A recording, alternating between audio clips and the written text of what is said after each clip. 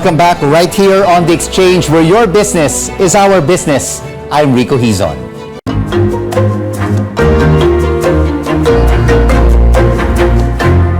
As the Philippine maritime industry sails towards recovery, we take a look at best practices from the region that could bring the local sector to clearer waters. Let's now have an exchange with the Vice Chair of the International Chamber of Shipping, Caroline Yang, joining us now from Singapore. Caroline, thank you so much for joining us. It's not all smooth sailing in the shipping industry. What choppy waters does the industry face going forward? We have never faced so many challenges all at the same time before. So the main challenges that we are facing is really digitalization and decarbonization as an industry. And when we talk about decarbonization, we have a very ambitious target of 2050 net zero. And how do we get there? We need to get there with new fuels and technologies. And how do we train our seafarers to be able to evolve in line and to be able to handle all these new fuels and technologies? The challenges are immense. So with decarbonization, Caroline, will this mean shipping companies hiring less seafarers for their ships?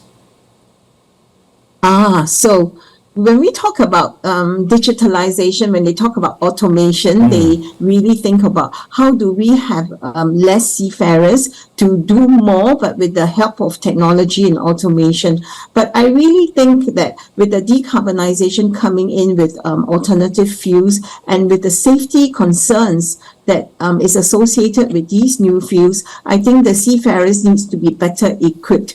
Do I think that we are going to have less seafarers? My hope is that we do have less seafarers, but with the seafarers doing better value-added work and who are more competent and more equipped to handle the new technologies and the new fuels. So we were just talking to Mr. Borromeo earlier. How important is it to upskill and reskill the seafarers to keep themselves up to date with the technological advancements, particularly in the shipping industry? Very important. I think the ships of the current and the ships of the past and the seafarers who have been trained in the past may not be equipped to deal with these new fuels and technologies, and how do we upskill them and reskill them. And I'm actually very glad that at the behest of our former chair of ICS, Mr. Esben Poulsen, IMO is now looking at updating the STCW. And STCW is really talking about the training of the seafarers and how do we get them certified properly. And we are happy that IMO is looking at it. The review is going to be completed by 2026, and hopefully that will come up with a completely new set of that is more relevant, because the last STCW was actually updated in 1990s. The other one is that the types of new skills and the new certification that is required, ICS is working very closely. We are looking at actually, if I'm not mistaken, about quite a number, about 800,000 of seafarers who needs to be upgraded. And how do we upgrade them? And what type of skills is required? Yes. So there is a lot of work on this. But is there enough collaboration within the industry to help meet the seafaring challenges of digitalization and decarbonization, Caroline? Yes, collaboration is key, and we can no longer work in silos. In the past, the shipping industry is a bit fragmented, but I really think that the pandemic has shown that the industry could come together. And during the pandemic, we lobbied the governments to recognize the seafarers as key workers for vaccination, for crew change, and we showed that the industry could come together. And I think with these new challenges, it has to come together. And ICS has taken the lead by working with ITF on this Maritime Just Transition Task Force, and they're coming up with a 10-point action plan. So and then the next, it will bring on a momentum. And of course, the Seafarers Day of Sunday, and on Monday, when there's going to be the shaping of the future of shipping, with seafarers as the focus for 2050. Yes. And happy so we must come seafarers together. Absolutely. Everyone has to come together, and it's Seafarers Day this coming weekend. Let's take a look at the Filipino seafarer. There are close to 500,000 in the global seafaring industry. How important are they to the industry?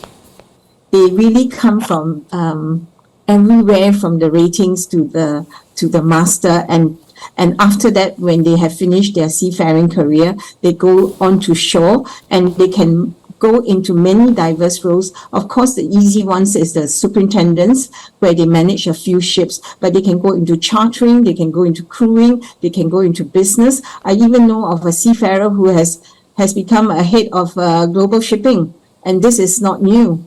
And on a global scale, Caroline, what is the industry doing to help recruit and retain more seafarers and educate them, especially at the grassroots level? Yeah, so this is a lot of work that has to be done. As I said just now, the ICS has come up with a 10-point action plan on global standards on training and certification, having a national advisory maritime skills board for every country. We are hoping to have that, and also to improve on the maritime image. Actually, I really advocate maritime as a seafaring career, because I am a ship owner. I have many crew, and I have seen those who are hardworking and who has a learner's mindset. I have seen them flourish in a lifelong career. I've seen them learn lifelong hard and soft skills. They have brought good money to their families, bringing options and opportunities for their children. It has brought dignity, it has brought confidence, and it has brought pride. So it is really a career that is to be promoted. And we hope that all the governments, when they implement their industrial and employment policies, that they take this into account. Well, thank you so much for this Overseas Maritime Industry Exchange. Singapore Vice Chair of the International Chamber of Shipping, Caroline Yang. And before we go, here are words from the late American writer George William Curtis on seafaring. It is not the ship so much as a skillful sailing that assures the prosperous voyage. And this is the exchange who makes sense of the facts and the figures and the ups and downs of the business cycle, because your business is our business. I'm Rico Hizon. Thanks for watching CNN Philippines. News you can use. News you can trust.